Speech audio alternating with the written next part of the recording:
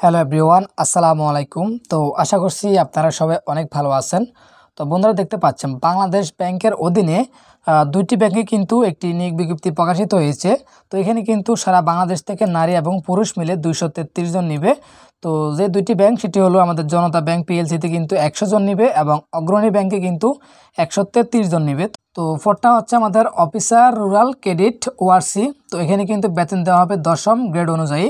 তো আমরা অবশ্যই আজকের ভিডিওতে কিন্তু বিস্তারিত বলবো আসলে কিভাবে আবেদন করবেন বা এখানে কি যোগ্যতা লাগে সম্পূর্ণ আলোচনা করব। তো তার আগে আমাদের ছোট্ট একটি রিকোয়েস্ট থাকবে, যারা আমাদের এই চ্যানেলটি এখনও সাবস্ক্রাইব করে নয় অবশ্যই কিন্তু চ্যানেলটি সাবস্ক্রাইব করে পাশে থাকবেন।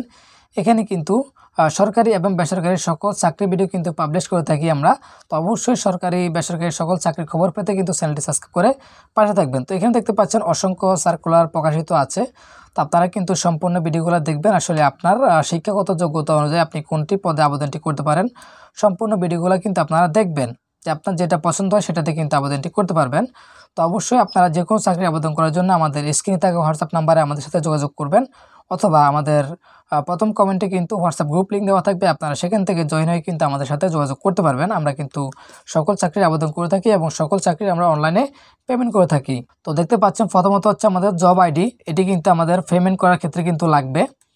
তো টোটালি আমাদের 233 জন লোক নেবে। তো বেতন দেওয়া হবে আমাদের প্রায় 16,000 থেকে প্রায় 38,640 টাকা পর্যন্ত আমাদেরকে বেতন দেওয়া হবে। আর প্রথমত হচ্ছে আমাদের শিক্ষাগত যোগ্যতা আসলে কি লাগবে। তো এখানে হচ্ছে আমাদের যে কোনো স্বীকৃত বিশ্ববিদ্যালয় হইতে অবশ্যই আমাদের স্নাতকোত্তর লাগবে, অথবা 4 বছর মেয়াদি কিন্তু স্নাতক থাকতে হবে, মানে যেটাকে আমরা অনার্স বলে থাকি। আপনার যে কোনো বিষয় হলেই কিন্তু আমরা আবেদনটি করতে পারবো।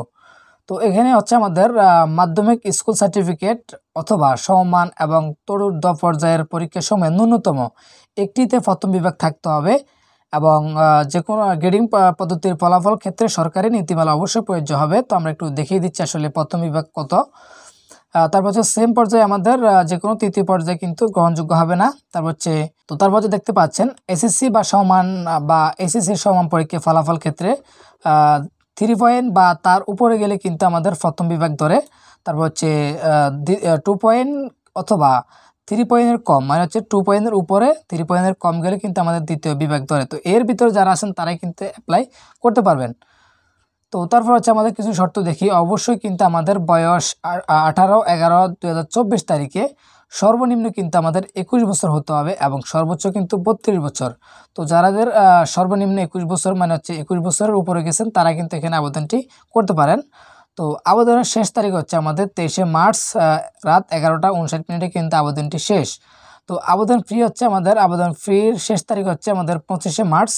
তো প্রায় আমাদের 3 দিন কিন্তু আমাদের আবেদনের জন্য সময় দেওয়া হবে, মানে আবেদন ফি পেমেন্ট করার জন্য। তো আবেদন ফি কিন্তু আমাদের 200 টাকা। তো এখানে কিন্তু যাদের আমরা দেখতে পাচ্ছি অনগ্রসর নাগরিক গোষ্ঠীভুক্ত প্রার্থীদের জন্য সরকারি নির্ধারিত আবেদন ফি হচ্ছে 50 টাকা। যাদের মানে হচ্ছে অন্য গোষ্ঠী আছেন তারা কিন্তু 50 টাকা পে করলে চলবে, মানে ওখানে কিন্তু আবেদনের সময় অবশ্যই কোটা সিলেক্ট করতে হবে।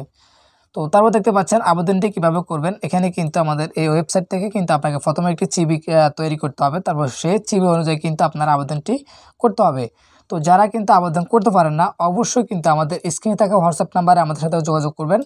আমরা কিন্তু আপনাদেরকে সম্পূর্ণ প্রসেসটা কিন্তু আবেদনটি করে দেবো এবং নির্ভুলভাবে কিন্তু আবেদনটি করে দেব, দিয়ে কিন্তু আপনাদেরকে অবশ্যই হোয়াটসঅ্যাপে পিডিএফটি পাঠিয়ে দেব।